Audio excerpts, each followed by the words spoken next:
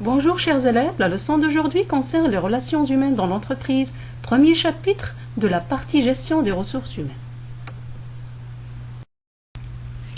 Cette leçon comprend 4 axes, à savoir les facteurs traditionnels de la motivation, les styles de commandement, la communication interne et finalement les conflits et négociations. L'objectif de cette présente vidéo est de traiter uniquement les facteurs traditionnels de motivation. Les autres axes seront présentés dans les prochaines vidéos. La motivation peut être définie comme étant l'ensemble des actions de l'entreprise pour encourager et pousser les salariés à travailler et à atteindre les objectifs fixés. Comprendre ce qui pousse les salariés à travailler est un exercice assez difficile pour l'entreprise car il faut au préalable avoir une idée très claire sur leurs différents besoins. Plusieurs théories à la fois classiques et modernes ont essayé d'expliquer les facteurs moteurs de la motivation des individus au travail. Pour comprendre ces théories, je vous invite à analyser le document suivant qui regroupe un certain nombre de ces théories pour aboutir à la fin à une synthèse des différents facteurs de motivation dans l'entreprise. Comme vous le voyez, le document regroupe 4 théories. La première concerne les auteurs classiques, Taylor et Fayol.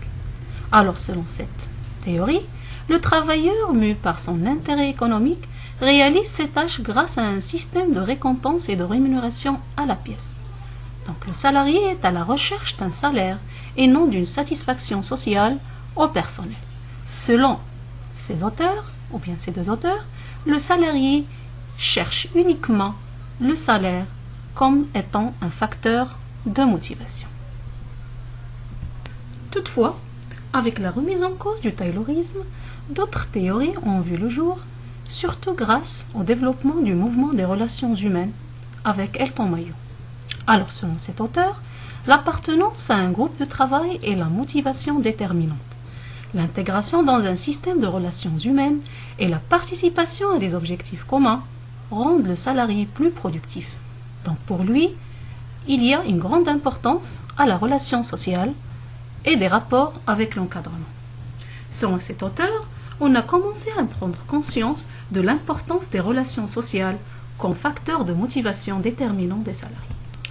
Un autre auteur, notamment Abraham Maslow, a essayé de synthétiser les différents besoins d'un individu en stipulant que les besoins s'inscrivent dans une hiérarchie, c'est-à-dire les besoins inférieurs satisfaits, on parle bien sûr des besoins physiologiques de sécurité, ils vont cesser d'être des facteurs de motivation.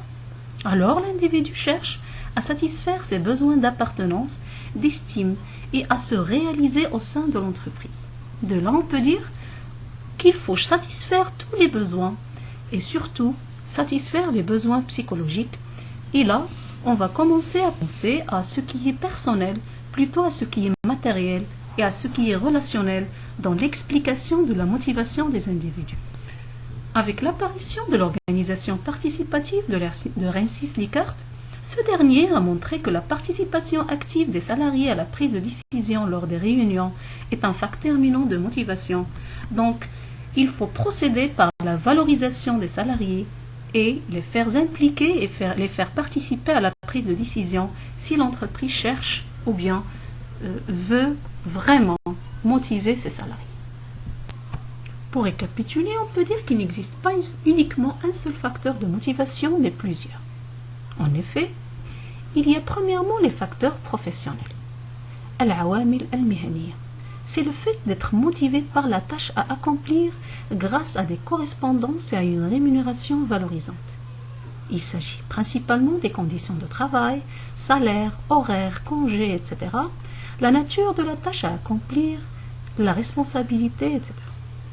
Deuxième catégorie de facteurs, il s'agit des facteurs relationnels. Al-awamil al-alaqatiya. C'est le fait d'être motivé par les autres, travailler en équipe ou bien en groupe, avoir une bonne relation avec les salariés et les supérieurs hiérarchiques. Finalement, les facteurs personnels, al-awamil al-shakhsiyya, c'est le fait d'être motivé par soi-même, se considérer avoir une image positive de soi.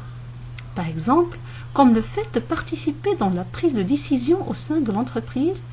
Donc, cette situation permet aux salariés d'être motivé parce qu'il sent qu'il est valorisé et que son avis ou bien ses capacités, ils sont respectés au sein de l'entreprise.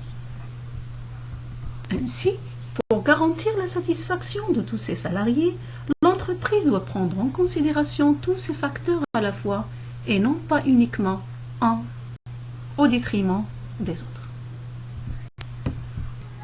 Merci pour votre attention. On va se rencontrer, Inch'Allah, dans la prochaine vidéo qui parlera des styles de commandement au sein de l'entreprise. Merci pour votre écoute.